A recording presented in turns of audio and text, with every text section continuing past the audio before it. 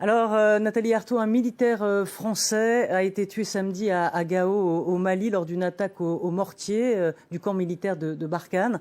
C'est le 53e militaire français qui est tué au combat au Sahel depuis 2013. La France mène-t-elle un combat juste contre le terrorisme islamiste au Mali, ou devrait-elle se retirer selon vous ? Nous faisons partie de ceux qui se sont opposés au fait d'aller au Mali. Nous avons toujours dénoncé les troupes françaises, la présence des troupes françaises en Afrique. Voilà. Nous pensons que ça ne fait que rajouter de l'huile sur le feu. Donc nous, c'est pas aujourd'hui que nous disons que c'est un fiasco. C'était en 2013, quand Hollande y est allé. Nous nous sommes opposés. Voilà, c'était l'opération Serval. Je me souviens qu'à l'époque, y compris François Hollande, avait pousser des hurrahs au bout de quelques mois en disant c'est bon, c'est dans la poche, on a gagné, etc.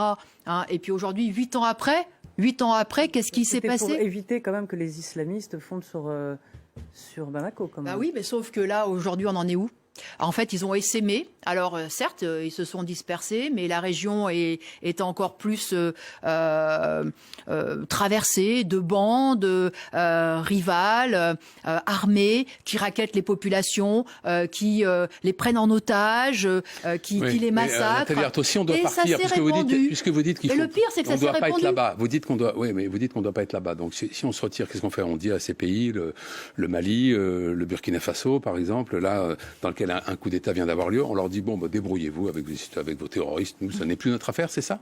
La France ? Oui, je parle de la France. La France, sauveur de l'Afrique ? Non, mais c'est une blague. Mais c'est ça aussi. Mais est-ce que la position doit être d'assumer, de dire on n'y arrive pas, on s'en va, débrouillez-vous ? Mais la France n'est pas le sauveur de l'Afrique et c'est sûrement pas ce qui guide les interventions françaises en Afrique. Combien y a-t-il eu d'interventions françaises en Afrique depuis la décolonisation ? Des dizaines. Est-ce que ça a mis fin au sous-développement, aux dictatures, aux régimes corrompus, à la déliquescence de tous ces États ? Non, jamais. Pourquoi ? Parce que le but, c'est de préserver l'influence des intérêts français, l'influence de la bourgeoisie française, des Bolloré, des Bouygues, l'influence de nos groupes, de Total, d'Orano pour l'uranium. Donc c'est une question d'impérialisme. Bien sûr. C'est une présence coloniale, impérialiste.